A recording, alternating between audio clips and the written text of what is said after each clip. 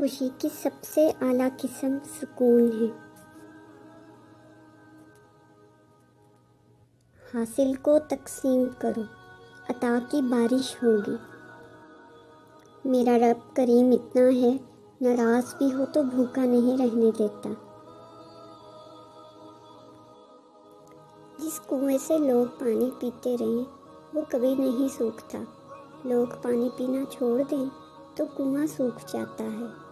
یہ قدرت کا قانون ہے، بڑے راز کی بات ہے۔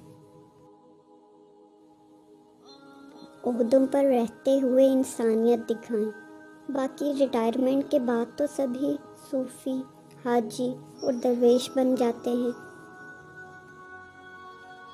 دوسروں کے درد مٹانے والے بن جاؤ، اللہ تمہارا درد مٹا دے گا۔ آپ جس چیز پر بھی توجہ دیں گے وہ لازماً بڑھے گی۔ اب یہ آپ پر ہے کہ آپ نے اپنی زندگی میں کیا بڑھانا ہے۔ سب سے خوبصورت اور صاف زبان رویوں کی ہوتی ہے، کچھ کہنا سننا بھی نہیں پڑتا اور ساری بات سمجھ میں آ جاتی ہے۔ صرف دل ہی کے اچھے ہونے سے بہتر ہے کہ انسان زبان کا بھی اچھا ہو، کیونکہ لوگوں کا واسطہ سب سے پہلے آپ کی زبان سے پڑتا ہے۔ دل تک تو کچھ ہی لوگ پہنچتے ہیں۔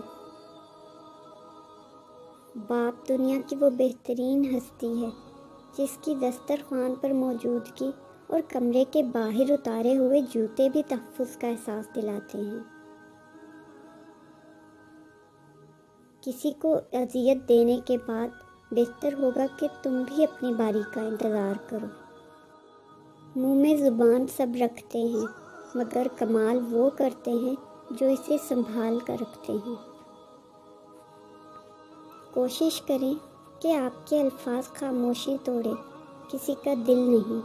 لوگ سوچتے نہیں اور بول کر چلے جاتے ہیں، اس کے بعد شاید سننے والا اٹھ کر کھڑا ہی نہ ہو سکے۔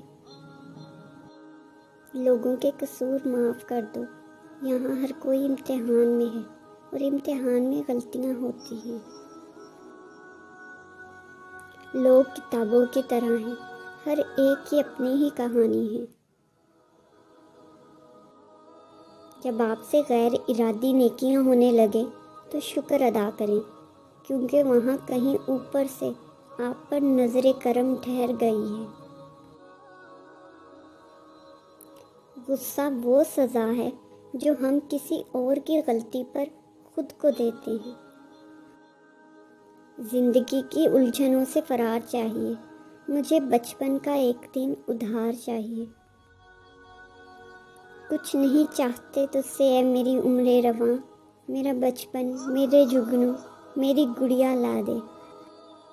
میں محبت سے محبت ہی کما سکتا ہوں، دوسرا کوئی ہنر ہی نہیں میرے پاس۔ تمہاری پریشانیاں تمہاری بے ادبی اور ناشکری سے جڑی ہوئی ہیں۔ اللہ تعالیٰ کسی پہ ظلم نہیں کرتا، لوگ خود پر خود ظلم کرتے ہیں۔ دنیا میں سب سے زیادہ مطمئن لوگ وہ ہیں جو اپنے معاملات اللہ کے سپرد کر دیتے ہیں۔ بیٹیاں دشمن کی ہوں تو بھی ان کے اچھے نصیب کی دعا کیا کریں۔ دولت ایک ایسی تتلی ہے جسے پکڑتے پکڑتے آدمی اپنوں سے دور نکل جاتا ہے۔ دراصل جو مقام شکوہ ہے وہی مقام صبر ہے۔ باپ کا بس چلے تو اپنی بیٹی کی زندگی کے سارے کانٹے چن کر پھول بچھا دیں۔ اگر تم غصے کے وقت ایک لمحے کے لیے صبر کر جاؤ تو تم 100 دن کی پریشانی سے بچ سکتے ہو۔ خشک رویہ رکھنے والا اس درخت کی مانند ہے جو پھولوں اور پھلوں سے محروم ہو، نہ بیٹھنے والے کو سایہ دے اور نہ نظر ڈالنے والے کو خوشی پہنچائے۔ زندگی چھوٹی نہیں ہوتی، ہم جینا ہی دیر سے شروع کرتے ہیں۔ جب تک راستے سمجھ میں آتے ہیں تب تک لوٹنے کا وقت ہو جاتا ہے۔ اکثر راستہ سمجھنے تک سفر ہی ختم ہو جاتا ہے۔ خاموشی میں راحت ہے، لفظوں کا سفر انسان کو تھکا دیتا ہے۔